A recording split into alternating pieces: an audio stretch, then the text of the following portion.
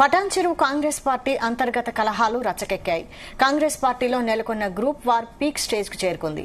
MLA Gudem Mahipal రెడ్డికి వ్యతిరేకంగా ఆందోళనకు దిగారు కాంగ్రెస్ నేతలు, కార్యకర్తలు. అమీన్పూర్ లో ఎమ్మెల్యే గూడెం పర్యటన ఉంది. దీంతో ఆయన పర్యటనకు వ్యతిరేకంగా పెద్ద ఎత్తున నిరసనకు దిగారు కాంగ్రెస్ నేతలు, కార్యకర్తలు.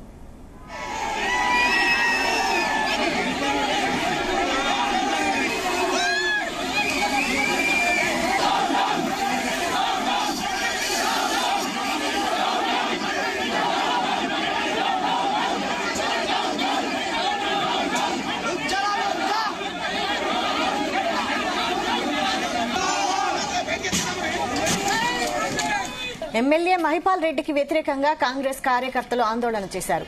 ఎమ్మెల్యే తన వైఖరి మార్చుకోవాలని డిమాండ్ చేశారు.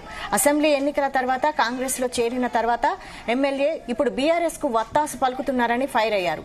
2 రోజులుగా నియోజకవర్గంలో జరుగుతున్న కార్యక్రమాల్లో మహిపాల్ రెడ్డి తీరు బాగోలేదని మండిపడ్డారు.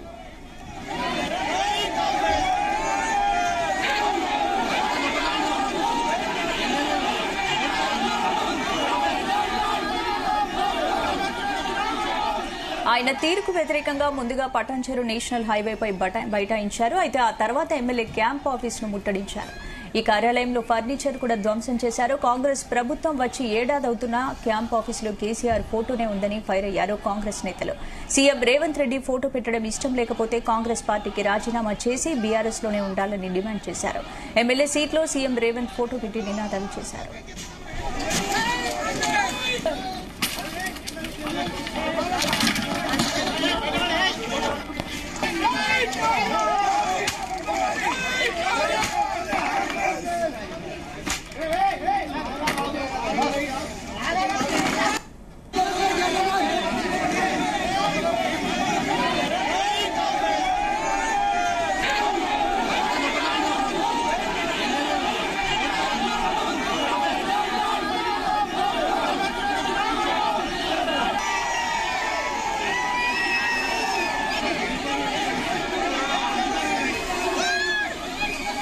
ఎమ్మెల్యే గూడెం మహిపాల్ రెడ్డికి వ్యతిరేకంగా పాత కాంగ్రెస్ క్యాడర్ నిరసనకు పిలుపునిచ్చింది. సేవ్ కాంగ్రెస్, సేవ్ పటాన్చెరు స్లోగన్తో కార్యకర్తలు, నాయకులు పటాన్చెరు చౌరస్తా వద్ద ఆందోళనకు దిగారు. దీంతో పోలీసులు అక్కడ భారీ సంఖ్యలో మోహరించారు. బీఆర్ఎస్ నుంచి కాంగ్రెస్ లో చేరిన ఎమ్మెల్యే గూడెం మహిపాల్ రెడ్డి తన అనుచర వర్గంతో కాంగ్రెస్ నాయకులపై దాడులు చేస్తున్నారని పాత కాంగ్రెస్ కార్యకర్తలు, నాయకులు ఆరోపిస్తున్నారు.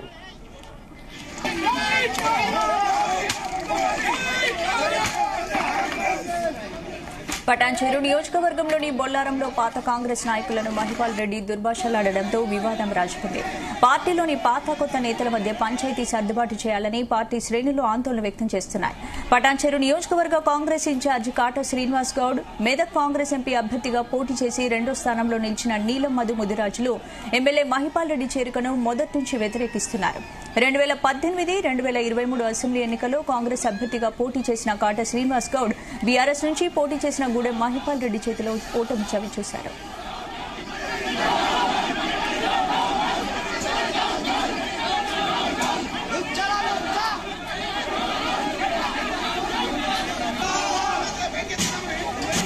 2023లో బీఆర్ఎస్ కాంగ్రెస్ టికెట్లను ఆశించి భంగపడిన నీలం మధు బీఎస్పీ నుంచి పోటీ చేసి 3వ స్థానంలో నిలిచాడు.